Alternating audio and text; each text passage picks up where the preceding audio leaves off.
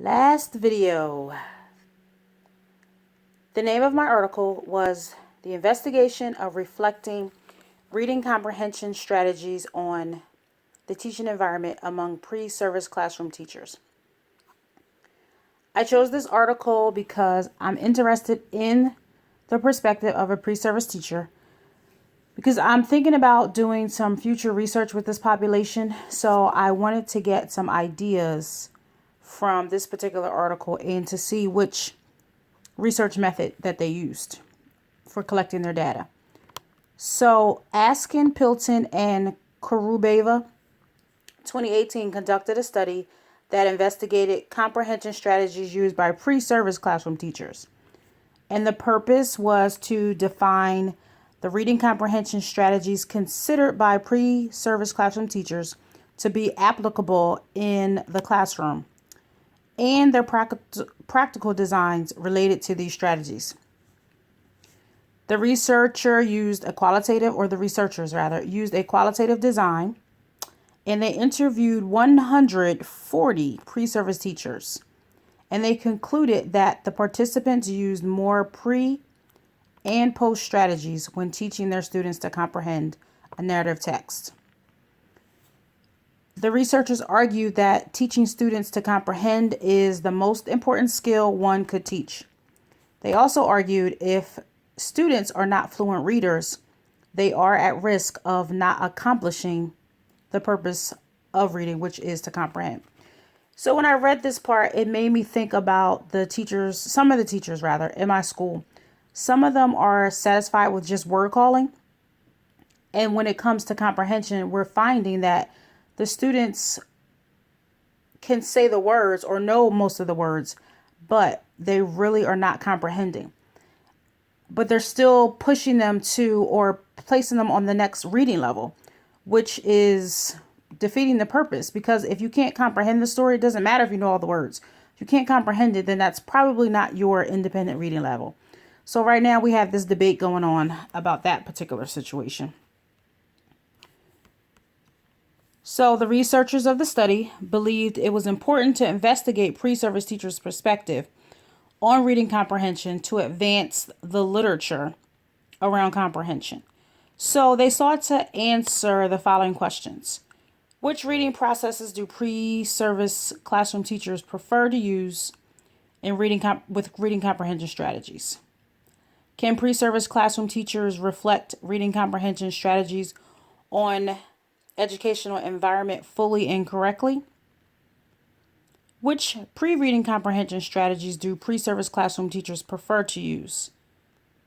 Which during reading comprehension strategies do they use? Which post-reading comprehension strategy do they use? And which whole reading comprehension strategy do teachers prefer to use? So the researchers conducted a case study to capture this phenomenon in detail. They chose this design because it answered the how and the why questions, and it enabled the researchers to be involved in the study without having control over the details. So they basically just conducted their interviews and they let the information, the data, lead them wherever it did.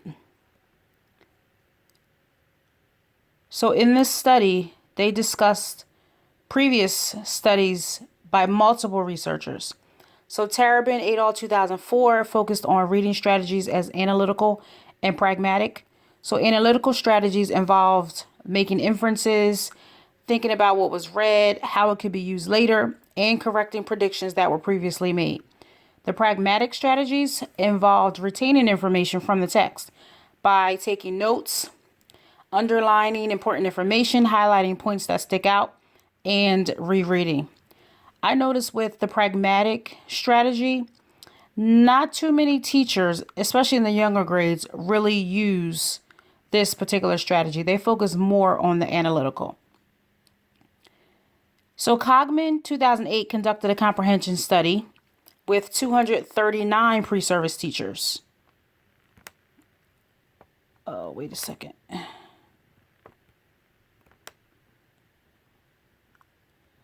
Sorry, I lost my information.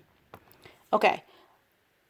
In the Cogman study, they defined the reading comprehension strategy using frequencies of students of faculties of education while reading. That was very confusing to me. I have no idea what that means. Another study that was mentioned in this particular article was by Carrascogola, 2012.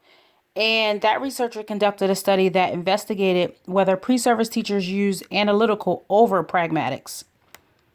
This study also included the common classifications of comprehension mentioned by Daly et al. 2005, Duke and Pearson 2002, and Collins and Cheek 1999, which included pre-reading, during reading, post-reading, and whole reading strategies. So, as I mentioned earlier, the researchers interviewed 140 undergraduate students. 115 were female, 25 were male, and they were all seniors. So, they use purposive sampling. The criteria was that the participants completed their teaching practice and they were in their last year of college. So this study was conducted in Turkey. So I found that there were a lot of grammatical errors throughout this study. But anyway, the students had to be informed of the Turkish language teaching technique in various courses, such as Turkish teaching, early reading, and writing.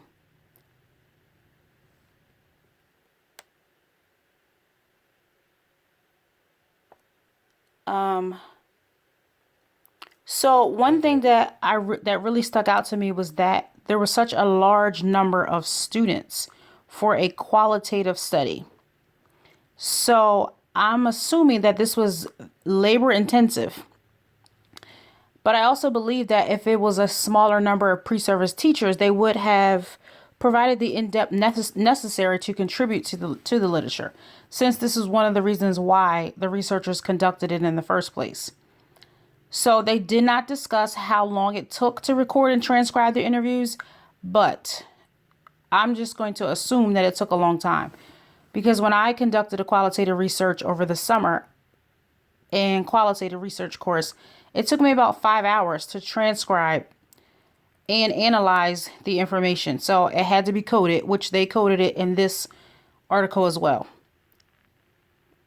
So with that number of participants, I think they should have used a mixed methods. So in order to collect the data, the researchers gave the participants the narrative text. They used Turtle the Pottery Master, which is a Turkish children's book. The participants were asked to read the text and discuss which comprehension strategies they would use to teach fourth graders. The researchers revealed that this text was chosen because it was entertaining, it evoked positive emotion, and it provided discussion. So the text had about 757 words, and it contained 5 pictures that supported the story. The book was reviewed by other experts, and they concluded that this text was acceptable for the participants' students. Oh, another thing they had to do was they had to create a lesson plan with the comprehension strategies that they would use to teach the lesson. So after they did that, they actually gathered together at the university. So they had multiple sessions and they went over the plan, and 2 other observers were present when they developed their lessons. They also included the format in the study, the lesson format in the study. So during the data collection, they used document analysis on the lesson plans that the pre-service teachers designed.